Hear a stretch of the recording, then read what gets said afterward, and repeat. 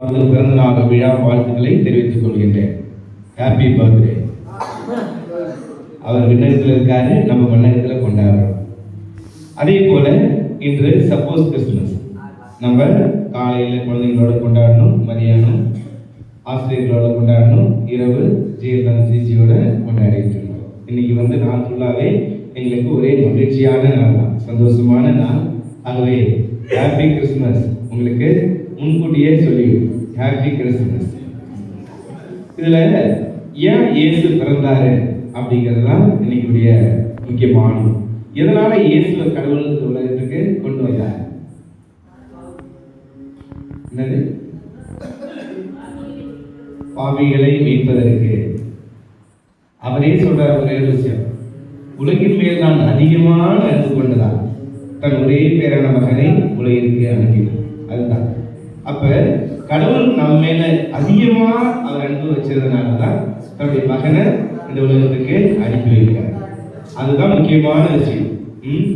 இன்றைய முக்கியமான விஷயம் என்ன அப்படின்னா, என்ன ஆண்டவர் அன்பு செய்கிறார், நம்மை அதிகமாக அன்பு செய்தால் அவருடைய மகனையே அனுப்பி வைக்கிறார்.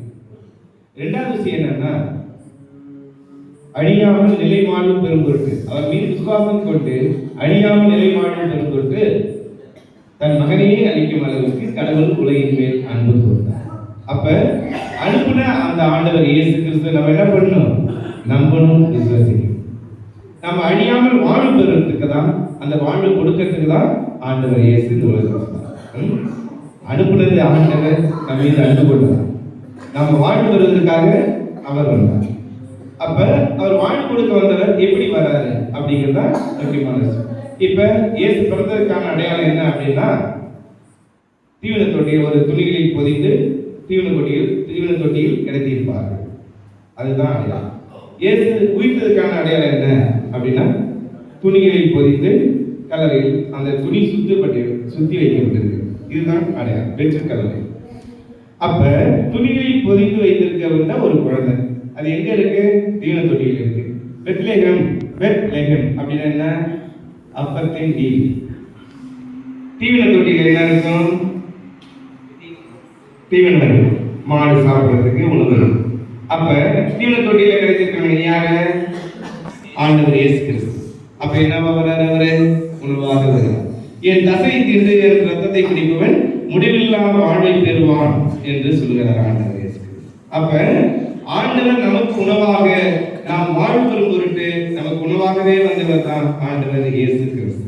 அவர் நமக்கு வாழ்வு கொடுப்பதற்காக வந்திருக்கிறார். இப்ப அவர் என்ன சொல்றாங்க? குருடர் பார்வை பெறுவார், செவிடர் கேட்பார், முடமானவர் நடப்பார், அதுக்கப்புறம் கண் பார்வை இல்லாதவருக்கு கண் பார்வை கொடுக்கப்படும். அப்ப இறைவாக்கினர்கள் முன்னாடி சொல்லிட்டு இருந்தாங்க. ஏன்னா மக்கள் ரொம்ப கஷ்டப்பட்டு இருந்தாங்க, துன்பத்துல இருந்தாங்க, வேதனையில இருந்தாங்க. அப்ப இறைவாக்கினர்கள் வந்தா உங்களுக்கு மெஸ்ஸியா வருவாரு, உங்களுக்கு விடுதலை கிடைக்கும் அப்படின்னு சொல்லிட்டு எல்லா இறைவாக்கினரும் சொல்லிட்டு இருந்தாங்க. அப்படி காத்து கொண்டு இருக்கிற போதுதான் திடீர்னு மீட்பு செய்தி அறிவிக்கப்படுகிறது. அற்புதமா ஆண்டவர் இயேசு கிறிஸ்து பிறகுறாரு. ஒரு மனிதராய் எளிமையா பிறகுறாரு. அவர் எதற்கு வந்தார் அப்படின்னு பார்த்தா, வாழ்வு கொடுக்க வந்தார். அந்த வாழ்வு எப்படி கொடுக்கிறாரு? கண் இல்லாதவர்களுக்கு கண் பார்வை கொடுக்கிறார், கால் இல்லாதவர்களுக்கு கால் கொடுக்கிறார், அதே போல செவிடர்களுக்கு கேட்க செய்கிறார், ஊமைகளை பேச செய்கிறார். இப்படி எல்லா புதுமையும் செய்து யாருக்கு எது இல்லையோ அதை கொடுக்கிறார். அப்ப நமக்கு என்ன கொடுக்கிறாரு? அதுதான். இப்ப நமக்கு என்ன தேவை? இப்ப நிம்மதி. இயேசு என்ன சொல்றாங்க? உன்னதங்களிலே கடவுளுக்கு மகிமை உண்டாக, பூமியில் நன்மனத்துவருக்கு அமைதி உண்டாக. இப்ப நமக்கு தேவை என்ன? அமைதி. கால் இல்லாதவருக்கு கால் கொடுத்தா சந்தோஷம், குழந்தை இல்லாதவருக்கு குழந்தை கொடுத்தா சந்தோஷம். இன்னைக்கு முதல் வாசகம் இரண்டாவது வாசகம் ரெண்டுமே என்னது? சிம்சோன் பிறக்கிறாரு, இந்த பக்கம் யோவான் பிறக்கிறாரு, ரெண்டு பேருக்கும் மகிழ்ச்சி. அப்ப நமக்கு என்ன கொடுத்தா மகிழ்ச்சி? அப்ப என்ன நமக்கு தேவை? அதை கொடுக்கதான் ஆண்டவர் இயேசு வர்றார். இதுதான் எனக்கு என்ன தேவையா இருக்கு. இப்ப கால் இல்லாதவங்களுக்கு கால் தேவையா இருக்கு, உடல் நோயில கஷ்டப்படுறவங்களுக்கு அந்த பூரண சுகம் தேவையா இருக்கு. நம்மளுடைய வாழ்க்கையில ஹஸ்பண்ட், பிள்ளைங்க எல்லாம் இருக்கிறாங்க. என்ன நமக்கு குறையா இருக்கு? இன்னும் சந்தோஷம் இல்லாம இருக்கும். என்ன நமக்கு குறைவா இருக்கு? அதை கொடுக்கறதுக்கு வந்தவர் நம்ம ஆண்டவர் இயேசு கிறிஸ்து. அவரை நம்பி விசுவாசிப்பவர்களுக்கு வாழ்வு கண்டிப்பா நிச்சயமாக உண்டு. வாழ்வு கொடுக்க வந்திருக்கிறார். எல்லாருக்கும் மகிழ்ச்சி சந்தோஷம், அமைதி, சமாதானம் இதை கொடுக்க வந்தவர் தான் நம் ஆண்டவர் இயேசு கிறிஸ்து. அவர் எங்க தேடினாங்க அப்படின்னா, எங்க தேடினாங்க? யோரோது அரசு மாளிகை தேடினாங்க. ஆனா அவர் பிறந்தது எங்க? மாட்டு தொழுவத்துல எளிமையா பிறந்தார் இல்லையா? அப்ப எளிமையா எதுக்காக எளிமையா பிறந்தாரு? நாம் எல்லாம் செல்வராகும்படி அவர் ஏழையானார். அப்ப நாம் எல்லாம் வாழ்வு பெறும் பொருட்டு அவர் ஏழ்மையானார். நாம் எல்லாம் வாழ்வு பெறும் பொருட்டு கடவுளாக இருந்த அவர் கடவுள் தன்மை வலிந்து பற்றி கொண்டிருக்க வேண்டிய ஒன்றாக கருதவில்லை.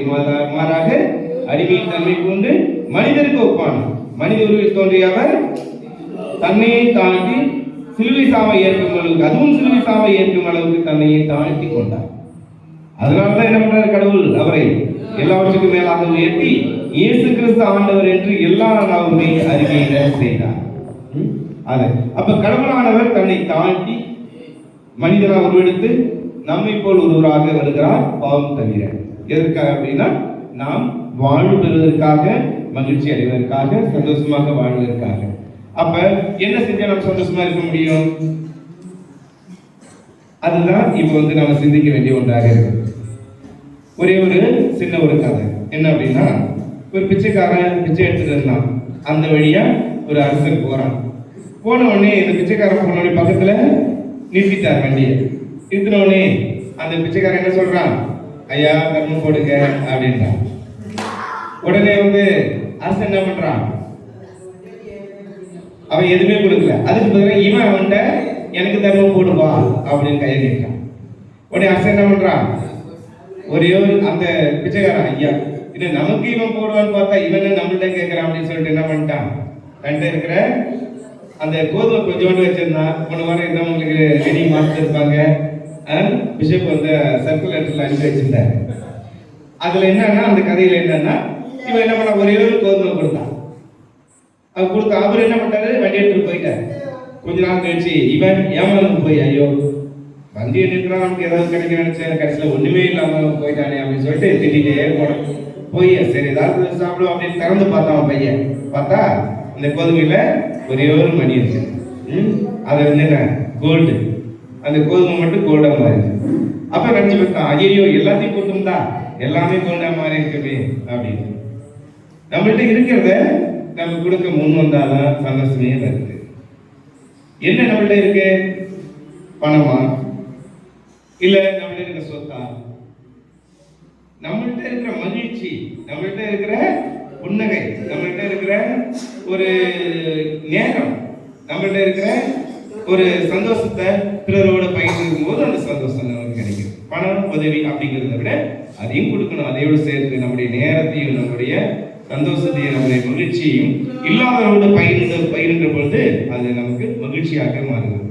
அதான் இயேசு இல்லாதவர்களுக்கு எல்லாமாக மாறினார், நமக்கு வாழ்வு கொடுக்க வந்தார். நாம் வாழ்வு பெறும் பொருட்டு அவரே வந்தார். என்ன சொல்றார்? நான் உங்களை அன்பு செய்தது போல நீங்களும் ஒருவரை ஒருவர் அன்பு செய்யுங்கள் என்று சொல்றார். அப்ப நாம் பிறரை அன்பு செய்வதற்காக அழைக்கப்பட்டிருக்கிறோம். இதுதான் நம்முடைய கோணெல்லாம் நம்முடைய வாழ்நாள பிறந்து வாழ்ந்து காட்டி இன்று நாம் எல்லாம் ஒன்றாக இணைந்து இருக்கிறோம்னா அது அவருடைய வாழ்க்கையாகும். அவர் இந்த குழந்தைகளுக்காக தன்னை அர்ப்பணித்ததன் மூலமாக இன்று நாம் அனைவரும் ஒன்றாக இங்கே இணைந்திருக்கிறோம். அப்ப அவர் பிறந்ததுனால மகிழ்ச்சி யாருக்கு? நமக்கெல்லாம் மகிழ்ச்சி. அதே போல இயேசு பிறந்ததுனால உலகத்துக்கே மகிழ்ச்சி, நமக்கு மீட்பு. அதே போல நாம பிறந்ததுனால யாருக்கு மகிழ்ச்சி? குடும்பத்துக்கு மகிழ்ச்சியா இருக்கா? பிள்ளைகளுக்கு மகிழ்ச்சியா இருக்கா?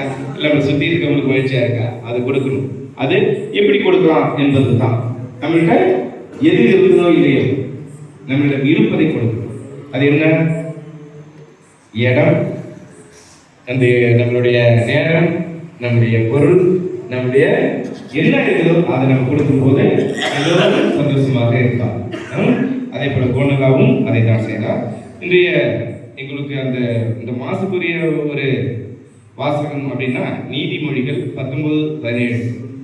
அது என்ன சொல்லுது அப்படின்னு பார்த்தா, ஏழைக்கு இறங்கி உதவி செய்கிறவர் ஆண்டவருக்கு கடன் கொடுக்கிறார், அவர் கொடுத்ததை ஆண்டவரை திருப்பி தந்து கொடுக்கிறார்.